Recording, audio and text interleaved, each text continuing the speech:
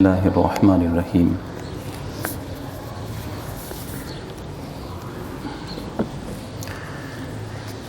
الحمد للہ رب العالمین،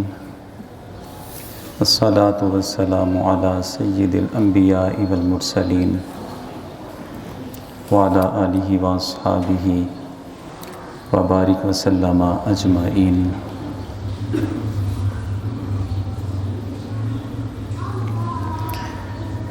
آج 17 رمضان المبارک، یوم انتقال ہے حضرت ام المومنین عائشہ صدیقہ رضی اللہ تعالی عنہا کا۔ تو انہی کی شخصیت اور ان کی سیرت کے بارے میں اور دین اسلام کے لیے جو ان کی خدمات ہیں، اس سے متعلق ہم کچھ باتیں انشاءاللہ سمجھیں گے۔ سیدہ طیبہ طاہرہ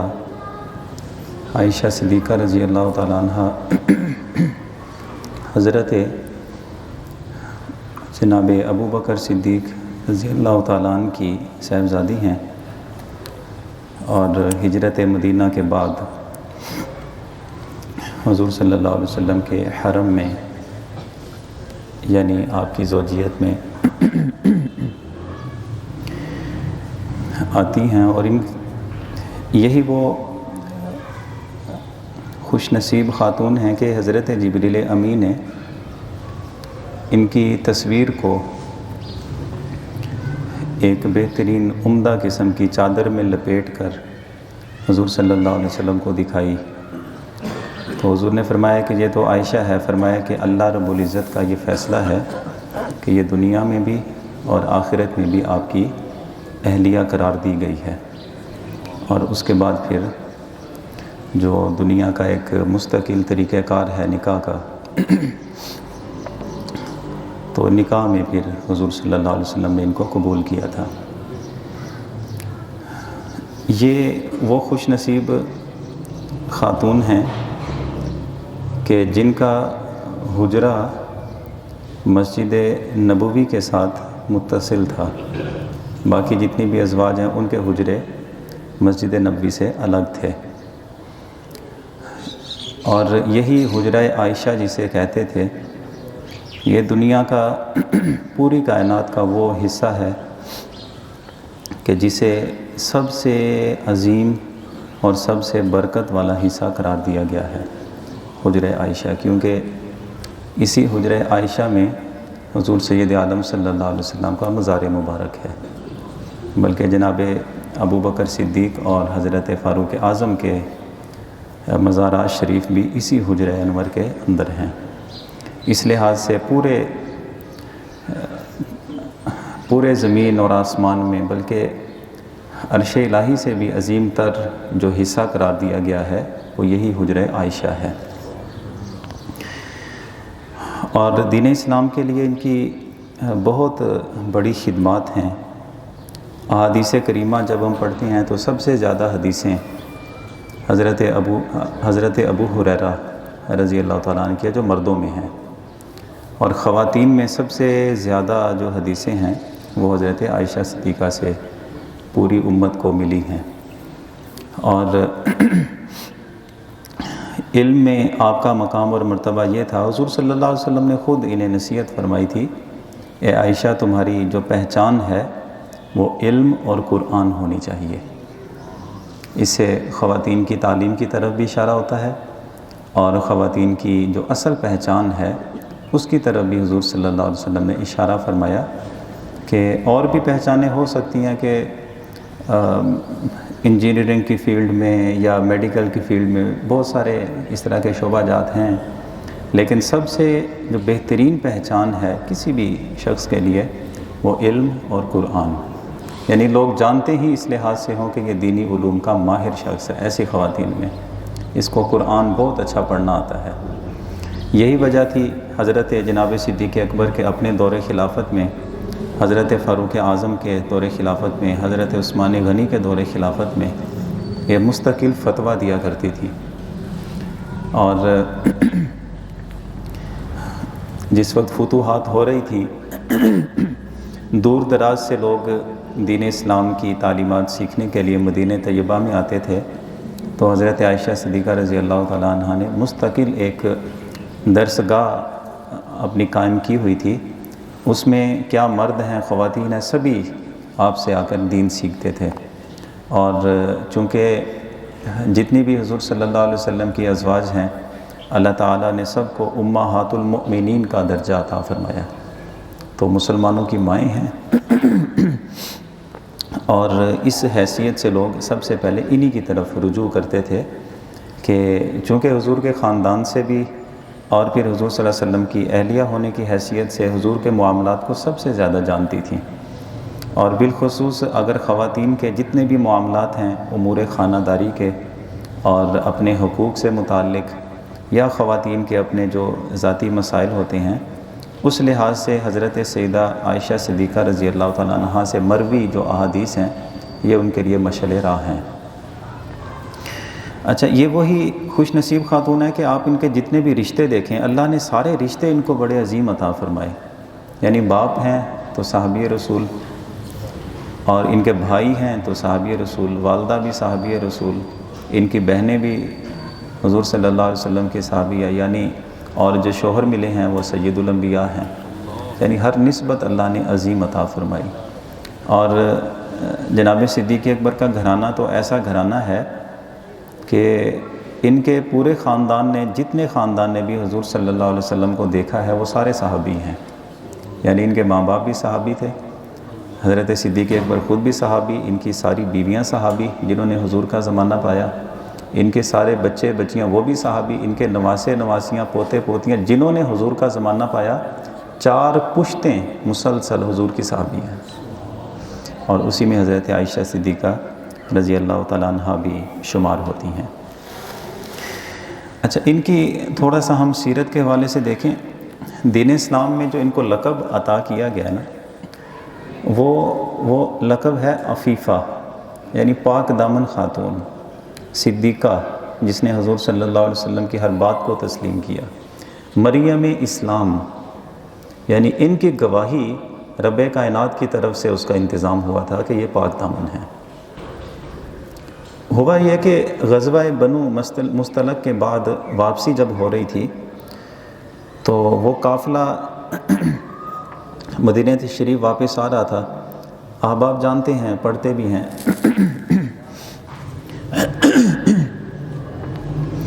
کہ منافقین جو دین اسلام کو روز بروز بڑھتا ہوا دیکھ رہے تھے اور وہ برداشت نہیں کر پا رہے تھے، حسد میں مبتلا تھے، ان کو چاہیے تھا کہ کسی لحاظ سے مسلمانوں کو کمزور کیا جائے۔ تو حضرت عائشہ صدیقہ رضی اللہ تعالیٰ عنہ کا ہار گم ہو گیا، وہ جس اونٹنی پر سوار تھی، اتفاق سے ہار جب گرا تو اونٹنی اس کے اوپر ہی بیٹھ گئی۔ اسے تلاش کرنے کے لیے کافی وقت لگ گیا، قافلہ آگے نکل گیا تو کچھ لوگوں کو موقع مل گیا، انہوں نے تہمت لگا دی۔ اب حضور سید عالم صلی اللہ علیہ وسلم، وہ بھی ایک بشری تقاضا ہے، کافی پریشان تھے اس معاملے میں کہ منافقوں کو بات کرنے کا موقع مل گیا۔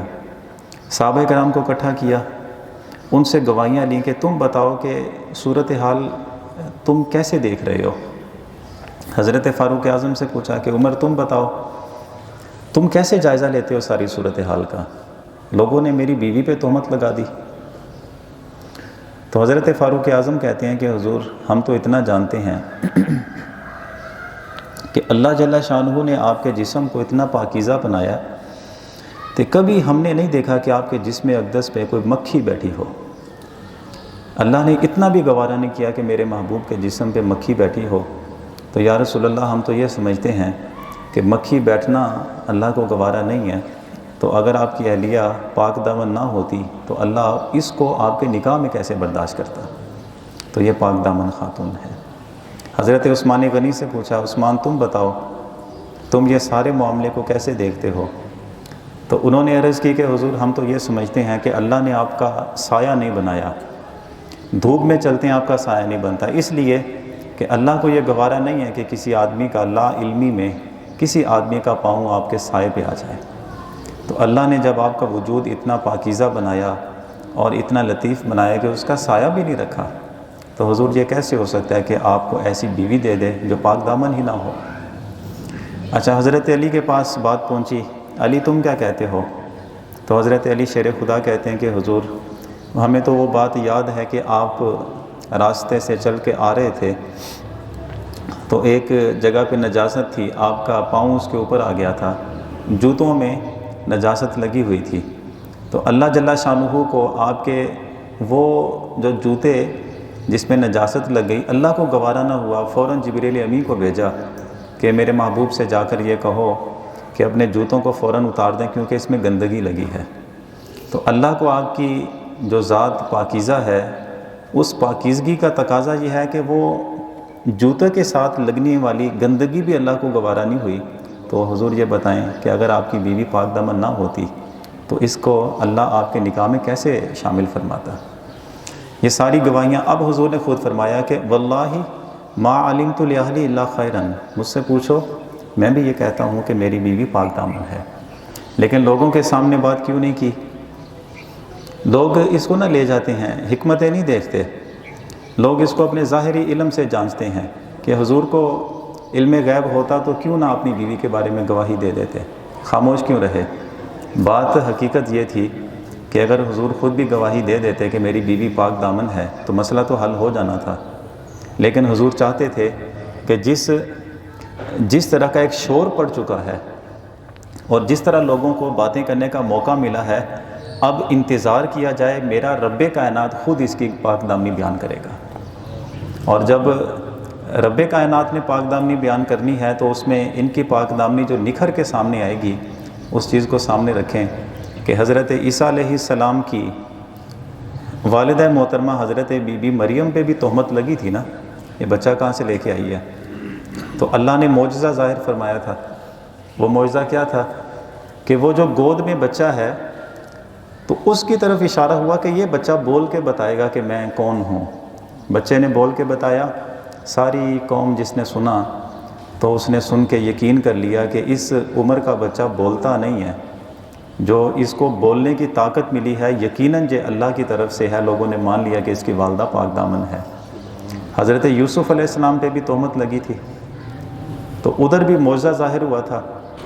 اللہ جل شانہ نے وہ چھوٹا سا بچہ تھا اس کو بولنے کی طاقت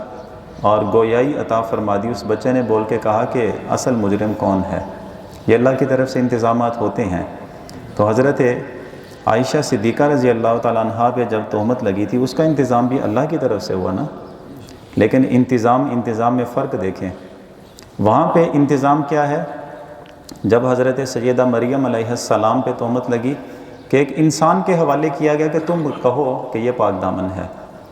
حضرت یوسف کا معاملہ تب بھی ایک بچے کے ذمہ لگایا کہ تم کہو کہ یہ پاک دامن ہے،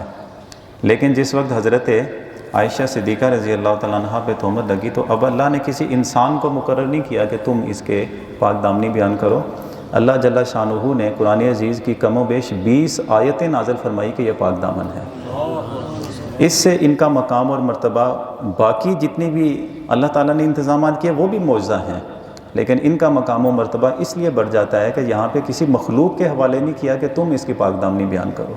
رب کائنات کی طرف سے خود ان کے پاک دامنی کی کم و بیش 20 آیتیں نازل ہوئی ہیں۔ اچھا، میں یہ آپ ہی کے ذمہ چھوڑ دیتا ہوں کہ خود آپ ذرا اس کو جا کے اسٹڈی کیجئے گا کہ جس وقت ان کی پاک دامنی بیان کی گئی تھی تو حضرت ام المومنین کی عمر کیا تھی اس وقت؟ یعنی جوانی کی عمر ہے، 18 سال ان کی کم و بیش عمر تھی، 18 سال ہی تھی غالباً کہ جب حضور صلی اللہ تعالیٰ علیہ وسلم کا وصال مبارک ہو گیا تھا، اور یہ وصال مبارک سے بھی کوئی 6 سال پہلے کا واقعہ ہے۔ اس لحاظ سے عمر نکالیں کتنی بنتی ہے، تو اس عمر کے حصے میں اللہ جل شانہ نے ان کی پاک دامنی میں 20 آیتیں کم و بیش نازل فرمائی ہیں۔ آپ اندازہ لگائیں، ہمارے تو یہاں پہ ابھی جوانی کی عمر میں تو مستیاں چل رہی ہوتی ہیں، چاہے نوجوان لڑکے ہوں بچیاں ہوں، کیا کیا قسم کے خیالات ہوتے ہیں، ایک خاتون خانہ بننا اور پوری ذمہ داریاں لینا، معاشرے کی ایک بہترین خاتون بننا، یہ بہت بڑے چیلنجز ہیں آج کے دور میں، اور ان کی عمر مبارک دیکھیں، جوانی کی عمر ہے اور قرآن عزیز نازل ہو رہا ہے ان کی پاک دامنی کے اوپر، اور کیوں نہ ہو اس لیے کہ شرم و حیا کا عالم ان کا یہ تھا کہ جس وقت حضور صلی اللہ علیہ وسلم کا وصال مبارک ہوا تو چونکہ حجرے میں انہی کے حجرے میں حضور کی تدفین ہوئی تھی، تو یہ بالکل اوپن اسی طرح کمرہ جیسے ہوتا ہے اسی میں رہتی تھیں آپ، ساتھ ہی حضور صلی اللہ علیہ وسلم کی قبر انور تھی۔ بعد میں جب جناب صدیق اکبر رضی اللہ تعالیٰ عنہ کا وصال ہوا تو ان کی قبر شریف بھی حضور کی قبر انور کے ساتھ بن گئی، تو آپ تب بھی اپنے کمرے میں ہی رہتی تھیں۔ بعد ازاں جب حضرت فاروق اعظم رضی اللہ تعالیٰ عنہ کی شہادت ہوئی اور ان کی قبر بھی حضرت صدیق اکبر کی قبر انور کے ساتھ بنی، اب حضرت عائشہ صدیقہ رضی اللہ تعالیٰ عنہ نے پردہ بنا لیا۔ ایک طرف حجرہ ایک ہی ہے، پردے کے اس طرف تینوں قبور مبارکہ ہیں، اور آپ دوسری طرف اپنا بستر لگا کے وہاں پہ رہتی تھیں اور وہیں پہ آرام کیا کرتی تھیں۔ اور کسی نے جب یہ پوچھا، لوگ آتے تھے آگے کہتے تھے کہ ہم نے حضور کی قبر انور کی زیارت کرنی ہے، آپ پردہ ہٹاتے اور وہ جا کے حضور کی قبر کی زیارت کر لیا کرتے تھے۔ یہ بات جب آپ سے پوچھی گئی کہ ایک ہی حجرے میں رہتی ہیں لیکن پردے کی کیا ضرورت ہے، تو آپ فرمایا کرتی تھی کہ مجھے عمر سے حیا آتی ہے، میرے شوہر ہیں، میرے والد محترم ہیں، لیکن عمر ان سے مجھے حیا آتی ہے، اس لیے میں نے پردہ درمیان میں حائل کر دیا۔ اچھا جی، قبر والے سے کسی کو کوئی خطرہ ہے؟ قبر والے سے کوئی پردے یا نہ پردے کی بات ہوتی ہے؟ لیکن بات جب آتی ہے عفت کی، بات آتی ہے شرم و حیا کی، اس وقت دین یہ تقاضے سکھاتا ہے۔ یہ تقاضے کاش کہ ہمارے گھرانوں کا بھی حصہ بن جائیں، اور ہماری جو خواتین ہیں ان کو بھی سمجھ آ جائیں کہ ضروری نہیں ہے کہ آپ کی عزت کو، آپ کے وقار کو کسی سے خطرہ ہو تو پردہ کریں گے، ایسا نہیں ہے۔ دین اسلام میں جیسے نماز فرض ہے، روزے فرض ہیں، دیگر عبادات ہیں، ایسے ہی خواتین کے اوپر پردہ کرنا عام ازیں کہ ان کی عزت کو کسی سے خدشہ ہے یا نہیں ہے، حکمت کوئی ملتی ہے یا نہیں ملتی۔ اللہ رب العزت نے جب پردے کے احکامات نازل فرما دیے تو فرض ہو گیا، اس کے بعد کسی کا فلسفہ، کسی کی سوچ اور کسی کی حکمتیں اور کسی کی یہ تجویزیں کہ اسی تے بھرا بنایا ہے، وہ تو ساڑے پترا مر گیا ہے۔ حقیقت میں بھائی نہیں ہے، حقیقت میں بیٹا نہیں ہے تو بیٹا نہیں ہے۔ شفقت میں، پیار میں، شفقت میں کسی کو کہا جا سکتا ہے، کسی چھوٹے کو کہ پتر، کسی ہم عمر کو بھائی کہا جا سکتا ہے، لیکن اس کہنے کا مطلب یہ نہیں ہے کہ آپ نے کہہ دیا بن گیا تو پردے کے حکم ہی ختم ہو گئے، ایسا نہیں ہو سکتا۔ یہی آپ کی عفت اور پاک دامنی تھی جس کو قرآن نے دائمی طور پہ بیان کر دیا۔ اب آخر میں یہ جو پیغام ہمارا ہر شخصیت کے عنوان سے جب ہم بیان کرتے ہیں تو آپ کے سامنے رکھتے ہیں کہ ان شخصیات کو جو ہم اپنے تذکروں میں لے کے آتے ہیں، یہ محض کوئی رسم نہیں ہے، یا محض کوئی خانہ پوری کے لیے نہیں ہوتا کہ لوگ کرتے ہیں تو ہم بھی کر لیں اور ہم نہیں کریں گے تو لوگ کیا کہیں گے۔ یہ مسلمانوں کا شیوا ہے، انہی تذکرے کرنے سے ہی ان کا جو حقیقت میں فیضان ہے وہ تذکرہ کرنے والوں کو اللہ کی طرف سے نصیب ہوتا ہے۔ یہ وہ خوش نصیب اور سعادت مند ہستیاں ہیں، اسی معاشرے میں، انسانی معاشرے میں رہ کے انہوں نے زندگی گزاری اور اپنی زندگیوں سے انہوں نے بتایا کہ اصل کامیابی کا ہنر کیا ہے۔ اس لیے ہم تذکرہ کرتے ہیں کہ اپنی عملی زندگی میں بھی جو ان کی سیرت کا پیغام ہے وہ اپنی عملی زندگی میں ہم نافذ کرنے کی کوشش کریں۔ جو باتیں ہم سنتے رہتے ہیں، اللہ سے دعا ہے اللہ رب العزت ہمیں ان کی سیرت کی باتیں اپنی زندگیوں میں لاگو کرنے کی توفیق عطا فرمائے۔